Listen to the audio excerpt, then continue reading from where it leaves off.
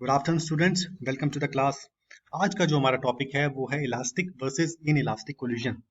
क्या चीज होती है, इनके बीच में क्या डिफरेंस है, आज इसी को समझेंगे इस सेशन में। चलिए आइए स्टार्ट करते हैं। सबसे पहले कोलिजन क्या होता है, इसका कॉन्सेप्ट समझना बहुत जरूरी है। It is an event in which two or more bodies come in contact with each other and exert forces. इसमें दो या उससे ज्यादा बॉडीज आपस में कांटेक्ट में आती हैं और एक दूसरे के ऊपर फोर्सेस लगाती हैं। जब कोई बॉडी किसी वेलोसिटी से आ रही है, अगर वो कोलाइड करेगी, टकराएगी, तो एक दूसरे के ऊपर फोर्स लगाएगी और यही फोर्स उनकी शेप को चेंज कर सकता है, डायरेक्शन को चेंज कर सकता है और वेलोसिटी को चेंज कर सकता है। कोलिजन जो है it acts for a small duration. और हमारे पास दो तरह की कोलिजन होती हैं, elastic collision and in elastic collision. और चाहे इलास्टिक कोलिजन हो या इन इलास्टिक कोलिजन हो, दोनों केसेस में मोमेंटम तो कंजर्व रहता ही है। चलिए आगे बढ़ते हैं। इलास्टिक कोलिजन को पहले समझ लेते हैं। ये भी एक तरह की कोलिजन ही है जो कि अभी हमने पढ़ी, लेकिन इसमें काइनेटिक एनर्जी लॉस नहीं होती। जो ऑब्जेक्ट किसी दूसरे ऑब्जेक्ट से टकरा रही है, उसकी जो काइनेटिक एनर्जी है उसमें लॉस नहीं रहता, वो इंटैक्ट रहती है। हाँ, कंजर्वेशन ऑफ मोमेंटम तो रहता ही है। कोई भी कोलिजन होगी उसमें मोमेंटम तो कंजर्व रहेगा, लेकिन अगर वो कोलिजन इलास्टिक है तो उसमें काइनेटिक एनर्जी भी कंजर्व रहेगी। आपने बिलियर्ड्स खेला होगा या खेला नहीं तो देखा होगा, उसमें जो बॉल्स हैं, एक बॉल को दूसरी बॉल से स्ट्राइक किया जाता है और होल में डाला जाता है। बिलियर्ड बॉल्स में जो कोलिजन होता है वो उसको हम बोल सकते हैं practically perfectly near elastic collision है, क्योंकि जो बिलियर्ड बॉल्स हैं वो प्लास्टिक और रेजिन की कॉम्बिनेशन से बनाई जाती है, काफी स्मूथ बन जाती हैं, जिसकी वजह से जो कोलिजन होता है उसको हम नियरली इलास्टिक कोलिजन बोल सकते हैं। लेकिन असलियत में ये परफेक्टली इलास्टिक कोलिजन नहीं होता। आपने देखा होगा या सुना होगा, जब बॉल आपस में टकराती हैं तो खट की आवाज आती है, टकराने की आवाज आती है। तो वो क्या हुआ, उस बॉल की जो काइनेटिक एनर्जी है, कुछ small fraction of kinetic energy किस में बदल गई, साउंड में बदल गई। यानी कि जो काइनेटिक एनर्जी पहले थी वो उतनी नहीं रही, कोलिजन के बाद कुछ साउंड में कन्वर्ट हो गई। और फ्रिक्शन भी रहता है, जब बॉल रोल करती है टेबल के ऊपर तो फ्रिक्शन में कुछ ना कुछ, हालांकि टेबल काफी स्मूथ होता है लेकिन फिर भी कुछ ना कुछ एनर्जी उसमें लॉस हो जाती है। तो बिलियर्ड्स एक एग्जांपल है नियरली इलास्टिक कोलिजन का। हमें असली जिंदगी में ना तो परफेक्टली इलास्टिक ना ही परफेक्टली इन इलास्टिक कोलिजन है, इसके बीच में ही हमें देखने को मिलता है। चलिए आगे बढ़ते हैं। अब कॉन्सेप्ट समझते हैं हेड ऑन कोलिजन का, क्योंकि आगे हम कुछ केसेस समझेंगे जो कि हेड ऑन कोलिजन से रिलेटेड है। हेड ऑन कोलिजन भी कोलिजन ही है, लेकिन इस केस में ये स्पेशल केस है। इस केस में जो बॉडी दूसरी बॉडी से टकराने जा रही होती है, वो जो कोलिजन होता है बिल्कुल 90 डिग्री पे होता है। जो बॉडी का सरफेस होता है वो, जो आने वाली ऑब्जेक्ट है उस वेलोसिटी के साथ 90 डिग्री एंगल बना रहा होता है। तो it is a collision in which objects collides making 90 degree with their point or surface of collision. Head on collision में जब भी कोलिजन होगी, एक बॉडी की जो वेलोसिटी है दूसरी बॉडी के सरफेस के साथ 90 डिग्री का एंगल बनाएगी, उसको हम हेड ऑन कोलिजन बोलते हैं। अभी इलास्टिक कोलिजन के बारे में हमने पढ़ा, इसको थोड़ा सा और समझ लेते हैं। इलास्टिक कोलिजन में जो कि अभी हमने सीखा, काइनेटिक एनर्जी और मोमेंटम कंजर्व रहते हैं सिस्टम के before collision and after collision. Momentum से हम समझते हैं, momentum is product of mass and velocity. ये इंपैक्ट शो करता है किसी भी बॉडी का। और काइनेटिक एनर्जी है हाफ इंटू मास और वेलोसिटी का स्क्वायर। बॉडी का मास और उसकी कितनी वेलोसिटी है उसका स्क्वायर, ये काइनेटिक एनर्जी रिप्रेजेंट करता है। इलास्टिक कोलिजन में जो सिस्टम का मोमेंटम है, जो बॉडीज कोलाइड होने से पहले उनका जो मोमेंटम है और कोलिजन के बाद उन बॉडीज का जो मोमेंटम है वो इक्वल रहता है, कंजर्व रहता है। सिमिलरली काइनेटिक एनर्जी भी कोलिजन से पहले जो भी बॉडीज हैं, टकराने से पहले जो उनकी काइनेटिक एनर्जी है उन सबकी जोड़ के, और टकराने के बाद जो उनकी काइनेटिक एनर्जी है वो भी कंजर्व रहती है। तो ये समरी है इलास्टिक कोलिजन में क्या क्या चीजें हमारी कंजर्व रहती हैं। इसी के बेसिस पे, इन इक्वेशंस के बेसिस पे हम आगे न्यूमेरिकल्स भी सॉल्व कर सकते हैं। अब कुछ केसेस समझ लेते हैं इलास्टिक कोलिजन के। पहला केस मैं ले रहा हूँ, जब दो बॉडीज आपस में टकराती हैं और उन दोनों के जो मास है वो सेम है, that is m1 is equal to m2। Situation समझ लीजिए पहले आप। जो m2 है और m1 वो बराबर है, m2 रेस्ट पर है और m1 मूव करता हुआ m2 की तरफ जा रहा है। एक head on 90 degree angle show किया हुआ है, हेड ऑन कोलिजन होती है और m1 m2 से टकरा जाता है। और अब हमें पता लगाना है कि टकराने के बाद m1 की क्या वेलोसिटी होगी और m2 की क्या वेलोसिटी होगी। देखिए, हमने जो पहले समझा था कि इसमें काइनेटिक एनर्जी कंजर्व रहती है और मोमेंटम भी कंजर्व रहता है बिफोर एंड आफ्टर कोलिजन। उन्हीं इक्वेशन को जब हम सॉल्व करेंगे, आगे पीछे करेंगे, तो हमें फाइनल वेलोसिटी मिल जाएगी पहली वाली बॉल की और दूसरी वाली बॉल की। जो पहली वाली बॉल है दैट इज ये, जिसका मास m1 है, उसकी फाइनल वेलोसिटी है v1f, जिसको मैंने रिप्रेजेंट किया है v1f। जो कि इक्वल है m1 minus m2 divided by m1 plus m2 into initial velocity of mass m1। उसी तरह m2 जो कि टकराने के बाद उसकी क्या फाइनल वेलोसिटी होगी, उसको कुछ इस तरीके से लिखा जा सकता है v2f is equal to 2m1 into v1i। I initial velocity represent करता है, मतलब कि m1 की initial velocity divided by m1 plus m2। तो ये फाइनल वेलोसिटी हो गई बॉल b2 की जिसका मास m2 है टकराने के बाद, और ये फाइनल वेलोसिटी हो गई बॉल 1 की जिसका मास m1 है।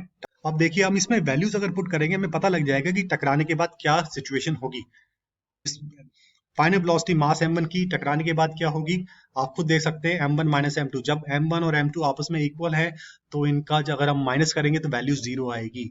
जीरो को किसी के भी साथ भी मल्टीप्लाई करेंगे आंसर जीरो ही आएगा, यानी कि जो फाइनल वेलोसिटी है m1 की टकराने के बाद जीरो हो जाएगी, जबकि फाइनल वेलोसिटी v2 की जिसका मास, इन दोनों का मास बराबर है, टकराने के बाद वो जो पहली वाली बॉल है उसकी वेलोसिटी से मूव करने लग जाएगा राइट हैंड साइड डायरेक्शन में। ये देखिए final velocity of v2 is equal to initial velocity of mass m1, यानी कि जो पहली वाली बॉल जिस वेलोसिटी से मूव कर रही थी दूसरी वाली बॉल से टकराई, वो एकदम से रुक जाएगी और दूसरी वाली बॉल सेम वेलोसिटी से मूव करने लग जाएगी जिस वेलोसिटी से पहली वाली बॉल टकराने से पहले मूव कर रही थी। तो ये फॉर्मूले हम यूज कर सकते हैं पता किसकी वेलोसिटी टकराने के बाद कितनी होगी। अब दूसरा केस समझते हैं। दूसरे केस में हमने क्या ले लिया, जो मास m1 है जो मूव कर रहा है m2 की तरफ, वो बहुत ही बड़ा है m2 से।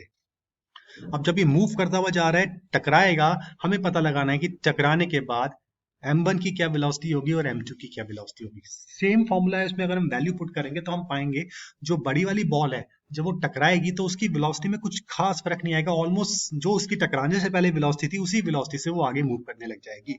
जबकि जो छोटी वाली बॉल है जो कि पहले रेस्ट पर थी, जो कि बहुत छोटी है m1 के कंपैरिजन में, वो डबल वेलोसिटी से मूव करने लग जाएगी। जो बड़ी वाली बॉल की जो इनिशियल वेलोसिटी थी उसकी डबल वेलोसिटी से राइट हैंड साइड डायरेक्शन में मूव करने लग जाएगी। ये मैंने कुछ नहीं किया, इसी फॉर्मूले पे वैल्यूज अगर हम पुट करेंगे तो हम पाएंगे कि कुछ इस तरह की फाइनल वेलोसिटीज हमें देखने को मिलेंगी। तीसरा केस समझ लेते हैं जिसमें m1 जो कि मूव कर रहा है m2 की तरफ, वो बहुत छोटा है m2 से। इस केस में क्या होगा, जब m1 टकराएगा m2 के साथ, अब m2 बहुत बड़ा है तो उसको कुछ फर्क नहीं पड़ेगा, उसकी जो वेलोसिटी है ऑलमोस्ट जीरो रहेगी। जबकि जो m1 है वो टकराने के बाद वापस उसी वेलोसिटी से मूव करने लग जाएगा। देखिए जो फाइनल वेलोसिटी है मास m1 की v1f, वो अप्रोक्सीमेटली बराबर है v1i उसकी इनिशियल वेलोसिटी के। ये नेगेटिव साइन शो करता है कि टकराने के बाद वो उसी वेलोसिटी से दूसरी डायरेक्शन में, ऑपोजिट डायरेक्शन में मूव कर रहा है। तो ये तीन इंपॉर्टेंट केसेस हैं जिसमें हमने इलास्टिक कोलिजन को रिप्रेजेंट किया head on collision. I hope आपको ये समझ आया होगा। अब आगे बढ़ते हैं, अब इन इलास्टिक कोलिजन का कॉन्सेप्ट समझते हैं। इन इलास्टिक कोलिजन भी एक तरह की कोलिजन है जिसमें काइनेटिक एनर्जी कंजर्व नहीं रहती टकराने के बाद, कुछ एनर्जी लॉसेस होते हैं जब जब कोलाइड करती है, जैसे कि हीट लॉस हो गया, साउंड लॉस हो गया, फ्रिक्शन लॉस हो गया, जिसकी वजह से काइनेटिक एनर्जी जो पहले थी उतनी नहीं रहती टकराने के बाद। हालांकि इसमें जो मोमेंटम है वो still it is conserve. Momentum चाहे इलास्टिक कोलिजन हो या इन इलास्टिक कोलिजन हो, उसमें मोमेंटम कंजर्व रहता है। देखिए इसको कुछ इस तरीके से पिक्टोरिकली मैंने रिप्रेजेंट किया है। एक बड़ी बॉडी है जिसका मास कैपिटल एम है, वो कैपिटल वी वेलोसिटी के साथ मूव कर रही है। स्मॉल एम मास रेस्ट पर है, उसके साथ टकराती है, इसको हम हेड ऑन कोलिजन ले रहे हैं। टकराने के बाद दे स्टिक टुगेदर, वो आपस में चिपक जाते हैं, फिर एक कॉमन वेलोसिटी स्मॉल v के साथ राइट हैंड साइड पे मूव करने लग जाते हैं। तो ये रिप्रेजेंटेशन हो गई इन इलास्टिक कोलिजन में, किस तरीके से हम इसको डायग्रामेटिकली रिप्रेजेंट कर सकते हैं। अब इसका एक एग्जाम्पल समझ लेते हैं, हमें और अंडरस्टैंडिंग हमारी क्लियर हो जाएगी। Example of in elastic collision, एक ऑब्जेक्ट है जिसका मास 10 kg है, वो 6 मीटर पर सेकंड की वेलोसिटी से मूव कर रहा है, राइट हैंड साइड आप देख सकते हैं, and it collides with another object at rest of mass 5 kg। ये दूसरे ऑब्जेक्ट से टकराता है, जिस छोटा ऑब्जेक्ट है जिसका मास है 5 kg, और ये कोलिजन एक इनइलास्टिक कोलिजन होती है। टकराने के बाद दोनों आपस में चिपक जाते हैं और राइट हैंड साइड मूव करने लग जाते हैं with common velocity small v के साथ। हमें पता लगाना है ये स्मॉल v क्या है, और टकराने के बाद इस पूरे सिस्टम की, ये दोनों ब्लॉक्स आपस में चिपक गए, इनकी काइनेटिक एनर्जी क्या होगी। अब एक चीज समझिए, ये एक इनइलास्टिक कोलिजन है, और इनइलास्टिक कोलिजन में काइनेटिक एनर्जी कंजर्व नहीं रहती, मोमेंटम कंजर्व रहता है। काइनेटिक एनर्जी कंजर्व नहीं रहती। हम ये बोल सकते हैं, इतना समझ सकते हैं कि टकराने से पहले काइनेटिक एनर्जी जो थी टकराने के बाद उतनी नहीं होगी, कम होगी, कुछ लॉस हो जाएगा। तो इतना हमें पता है, टकराने के बाद जो काइनेटिक एनर्जी की जो वैल्यू है वो कम आनी चाहिए सिस्टम की। अब हम कर लेते हैं, पहले मोमेंटम को अंडरस्टैंड करते हैं। सिस्टम का मोमेंटम टकराने से पहले क्या था और सिस्टम का मोमेंटम टकराने के बाद क्या है, इन दोनों को निकालेंगे, फिर इन दोनों को इक्वेट कर देंगे। इक्वेट इसलिए करेंगे क्योंकि मोमेंटम कंजर्व रहता है इन इलास्टिक कोलिजन में। मोमेंटम बिफोर कोलिजन, ये मेरा सिस्टम है, टकराने से पहले ये मेरा सिस्टम है जिसमें 10 केजी का मास मूव कर रहा है राइट हैंड साइड 6 मीटर पर सेकंड की स्पीड से, और 5 केजी का मास रेस्ट पर है, यानी कि उसकी वेलोसिटी 0 है। मोमेंटम होता है मास इंटू वेलोसिटी। मास इसका 10 केजी है इंटू उसकी वेलोसिटी 6 मीटर पर सेकंड। तो ये मोमेंटम हो गया बड़े वाले ब्लॉक का, और दूसरे वाले ब्लॉक का मोमेंटम हो गया उसका मास इंटू उसकी वेलोसिटी। अब उसकी वेलोसिटी 0 है तो ये पूरी टर्म 5 केजी इंटू 0 मीटर पर सेकंड 0 हो जाएगा। और जो टोटल मोमेंटम हो गया सिस्टम का बिफोर कोलिजन वो आ गया 10 केजी इंटू 6 60 केजी मीटर पर सेकंड। केजी मीटर पर सेकंड यूनिट्स हैं मोमेंटम की। अब बात करते हैं कोलिजन के बाद क्या सिचुएशन है।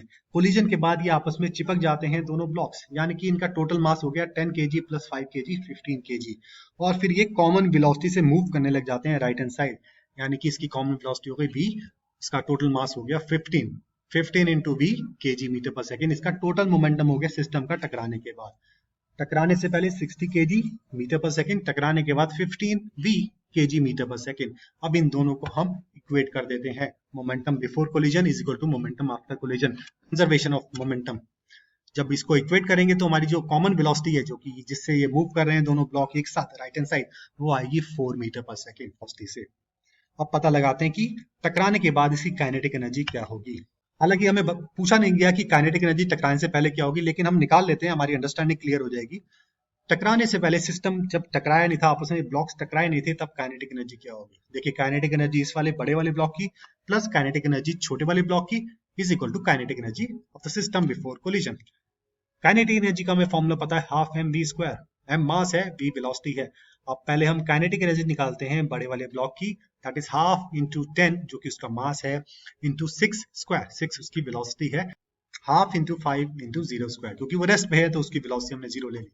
जब इसको सॉल्व करेंगे ये वाली पूरी टर्म तो 0 हो जाएगी। जब इसको सॉल्व करेंगे तो सिस्टम का काइनेटिक एनर्जी, तो सिस्टम की काइनेटिक एनर्जी बिफोर कोलिजन आ गई 180 जूल्स।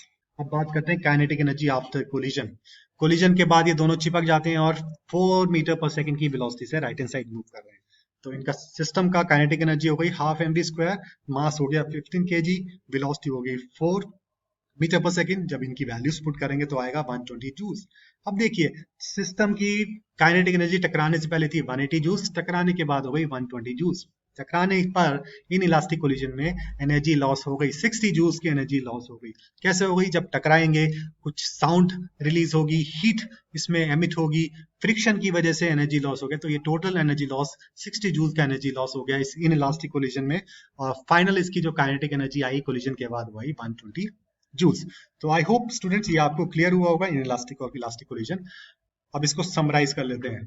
कोलिजन एक इवेंट है जिसमें दो या उससे ज्यादा बॉडीज आपस में कांटेक्ट में आती हैं और एक दूसरे के ऊपर फोर्स लगाती हैं, जो कि उनकी शेप, डायरेक्शन और वेलोसिटी को चेंज कर सकता है। कोलिजन को इलास्टिक और इनइलास्टिक के कोलिजन्स के रूप में कैटेगराइज किया जा सकता है। हालांकि हमें परफेक्टली इलास्टिक और परफेक्टली इनइलास्टिक कोलिजन्स बहुत रेयरली देखने को मिलती हैं। माइक्रोस्कोपिक लेवल पे अगर हम देखते हैं कुछ गैसेस के जो एटम्स हैं पर्टिकुलर टेम्परेचर पे जब वो टकराते हैं तो वो इलास्टिक कोलिजन्स कहलाती है। लेकिन अगर हम डेली लाइफ में देखें तो हमें इलास्टिक और इन इलास्टिक कोलिजन्स के बीच में ही चीजें देखने को मिलती हैं, कोलिजन्स देखने को मिलती हैं। इलास्टिक कोलिजन में मोमेंटम और काइनेटिक एनर्जी दोनों कंजर्व रहते हैं, जबकि इन इलास्टिक कोलिजन में मोमेंटम ही कंजर्व रहता है। अब एक छोटी सी क्विज है, उसको अटेम्प्ट कीजिए, आप पॉज कर लीजिएगा फिर उसको आंसर कीजिएगा। पहला जो क्विज का क्वेश्चन है, the momentum and kinetic energy are conserved in an inelastic collision. Inelastic collision में मोमेंटम और काइनेटिक एनर्जी कंजर्व रहती है। क्या ये स्टेटमेंट ट्रू है या फॉल्स है, ये आपको बताना है। अब दूसरी सिचुएशन समझ लीजिए, two balls of the same mass, दो बॉल हैं जिनका मास सेम है। एक बॉल दूसरी बॉल की तरफ आ रही है, दूसरी बॉल रेस्ट पर है और उनकी कोलिजन हो जाती है। उसके बाद जो दूसरी बॉल है वो मूव करने लग जाती है सेम वेलोसिटी से जो पहली बॉल की वेलोसिटी थी टकराने से पहले, और जो पहली वाली बॉल है वो रुक जाती है। टकराने पर क्या होता है, पहली वाली बॉल रुक जाती है और दूसरी वाली बॉल जो पहली वाली बॉल की वेलोसिटी है उससे मूव करने लग जाती है। तो क्या it is a case of head on elastic collision? क्या ये हेड ऑन इलास्टिक कोलिजन का केस है? आपको बताना है इज दिस स्टेटमेंट ट्रू और false, and your time starts now. And the answers are, so I hope students ये आपको समझ आया होगा इलास्टिक इन इलास्टिक क्या डिफरेंस है। और अगर आपको ये वीडियो अच्छा लगा हो तो आप अपने दोस्तों के साथ शेयर करो, और अगर आप चाहते हो कि मैं आपके लिए और इंटरेस्टिंग वीडियो लेके आऊं तो आप सब्सक्राइब करो मेरे चैनल को। Till then, goodbye, thank you very much and have a nice day.